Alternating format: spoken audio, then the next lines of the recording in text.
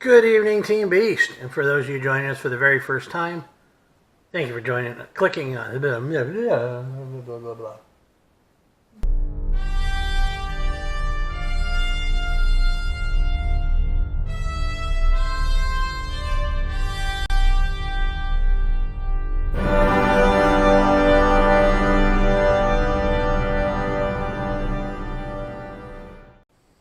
Let's try this once again.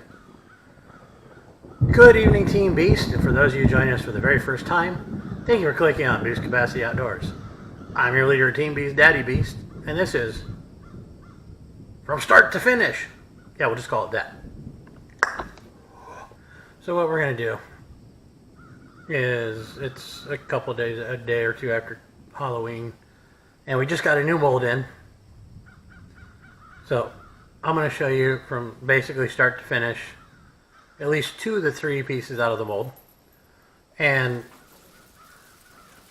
we'll do some real time, some fed up, but you'll get to see start to finish on how I begin and finish them and all that. The only thing I'm not going to do is put the backings on them, because I don't want to put the backings on them until an order comes in, when I get the orders, because they could be magnets, they could be pins, 2 different types of pin backs. There's the Baroque pin or the hijab pin, which here I'll show you in a second. Or it could be a clutch back pin, which is your standard pin, enamel pin backing with the little clutch, butterfly clutch thing on it. Or the little rubber clutch on it. Or it could be earrings. So, but that's what we're going to do. Okay, so this is called a Baroque pin or a hijab pin. Also called a hat pin. This one is just, happens to be like 2.5, 3 inches long with a 10 millimeter face plate on it. That way I can glue on to the back of these. And just a simple little rubber filled cap, steel cap, that just the pin feeds into. Oh, and it stays on like that. Other than that, it's the other standard stuff. They're the standard little pin backs for the earrings. I don't have clip-ons or anything like that. Or the other thing we can do too is the hair clips. So that's just another little preview coming up to what's coming out hopefully soon by the end of this year, first of the year of 2018. And we'll announce everything completely, but these are just a little bit more of the few things that we're doing. So, but anyhow, enough of me rambling about other crap. Let's get to this, shall we? Like I said, we're going to start at the pouring of the mold. So you'll get to see me pour it, and you'll see it real time cast over. It is a little cool out tonight, so it'll take a little bit to kick, but then, so we'll go into it. I got a couple of them to do, so enough of me rambling. Let's get to it, shall we?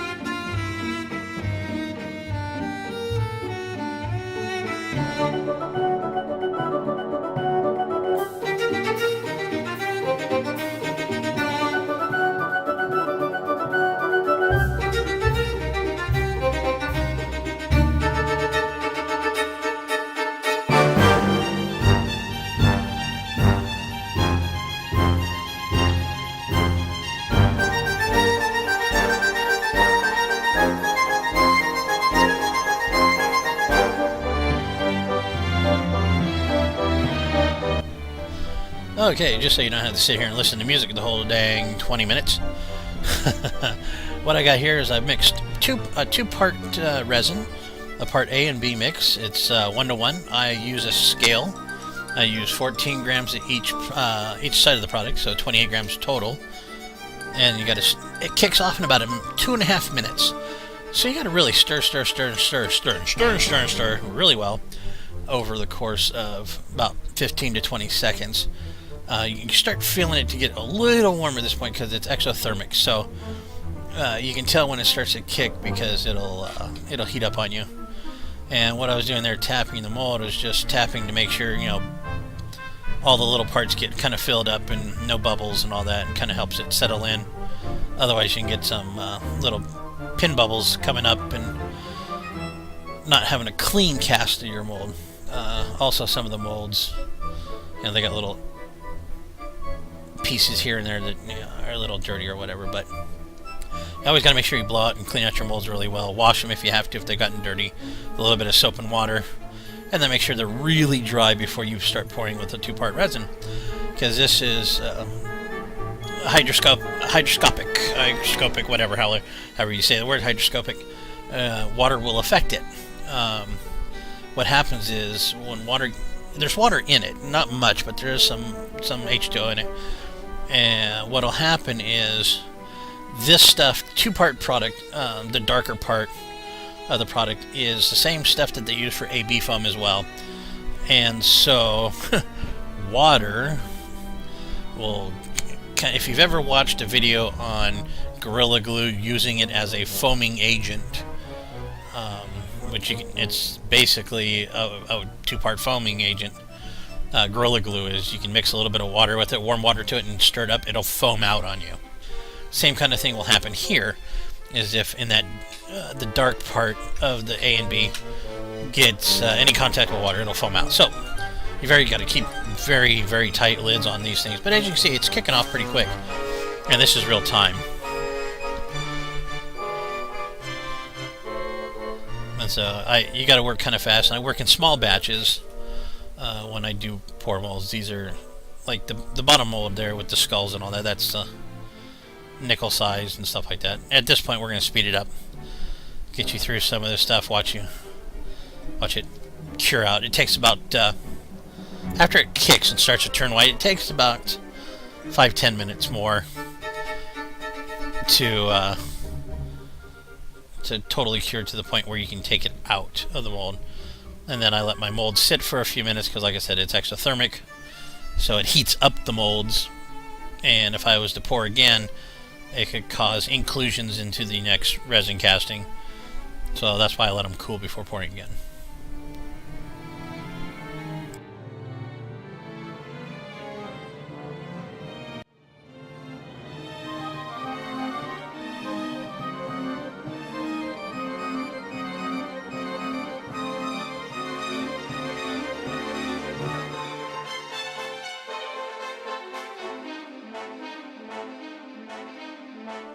Alright, now we're going to be taking them out of the mold here.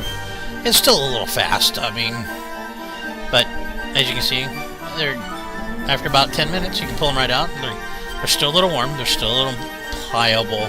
You can still move them just a bit, but this is also the time when you want to really clean them up when you just pull them out of the mold, because they're not quite fully cured. It takes probably about an hour for them to really get fully cured all the way where they're hard plastic at that point, or hard resin cured, where it's a little bit tougher material. Also, you get a little shrinkage in these when you pour them, because, like I said, it's there's water in it to a degree, so it evaporates some of the water out when it heats up and cures. So you'll get a little shrinkage ridge. So a nice little bent up ridge at the very back side of where the open end of the mold is. Where you pour from, and so it creates a little sharp edge. That's why I'm sanding here. What I'm also showing you here is the finishing phase of these. I use a 100 abrasive here and 150 as well to smooth these out. And this right here, the iron oxide 100, is my finishing. I've already sanded it with the 150 to flatten the backside. And now what I'm going to do is move into aging or distressing, basically filling excuse me, basically filling all the deep spots with a burnt umber, burnt sienna, a dark brown, not a black. I like using a dark brown. Sometimes add a little bit of yellow to it or a tan, and that kind of helps. Yeah, I know. It's kind of juxtaposition here with the catalog page that I'm using for my paint. I use a catalog because it's got the shiny paper for my paint palettes, and it makes it easy. I can rip out a page and but it was just kind of funny that this had coming soon on it, so I kind of used it and folded it in a way so you could see. But yeah, just covering it up, all covered out, the whole thing, the whole piece with the brown or the aging mix color, whatever I used, and I get in there with a brush and a little bit of water. And actually, what I'm using here is a little bit of soda water, but no particular reason. It's just that's what I had, and just brushing around, getting all the crevices in the deep part, and basically wiping it off with a paper towel, a cheap paper towel, including at that, not the high-dollar ones. It's just everyday standard kitchen, paper towels. And as you can see, all the high spots are coming out clean, a little bit dirty. But anything that's got a depression in it, a scrape, a scratch, crease or crevice is filled with the contrasting paint. And I do that a couple times just to make sure I really get the creases and grooves and all that good stuff to make everything stand out.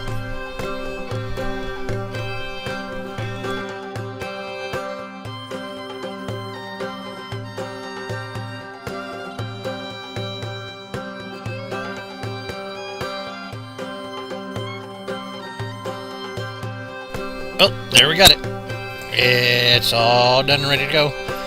Just got to put the backs on it as the orders come in. Hope you enjoyed the video. What I'm doing here is just the final bit, and that's basically just sanding off some of the higher points to give it the white resin underneath. Just cleaned it off a little bit more, That's all. Let it stand out a little bit better.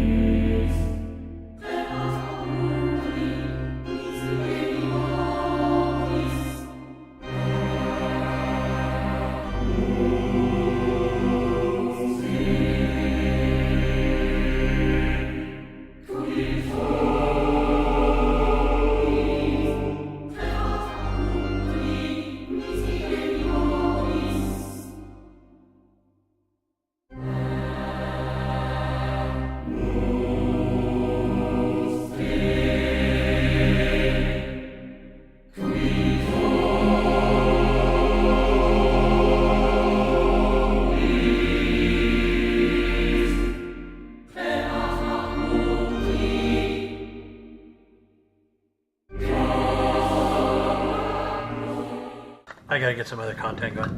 The lawn is okay to walk on now, so I'm gonna be moving my target to where we want to put it. Actually, we just won't have the backstop on it yet that we really want. I'll have the target stand and all that in place maybe in a couple days or two.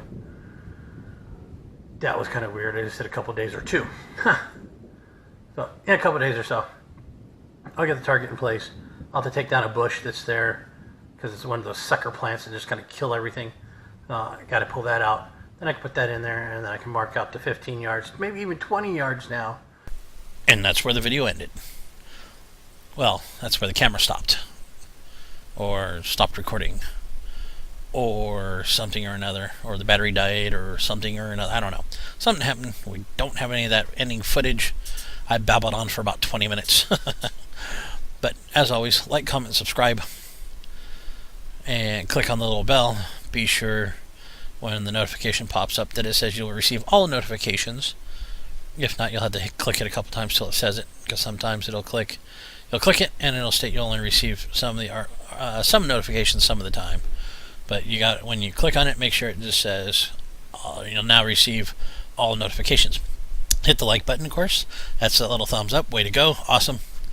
Hit the subscribe button and check out our content that we always got coming up. We always got something different, whether it's this right here, like mold making, or molding and casting, or shooting arrows in the backyard, or at the archery range, or camping, or cooking, or just babbling on about my weight and how much I'm losing and my road to healthy and wellness and all that good stuff. And if you want to talk about something, your journey, your fun, your thing, or you don't see something on here content-wise that you would like to see, legal stuff only, please. No, do not ask me to do anything that's questionable or illegal. Might be fun to do, but I won't do it. And of course, if you'd like to talk about something, go ahead and shoot me an email. My email will be down in the description. If you don't really want to talk about something in the public forum, that is, go ahead and shoot me an email at my email address, and I will get back to you as quick as possible. And as always, be good, be kind, Team Beast, all the way.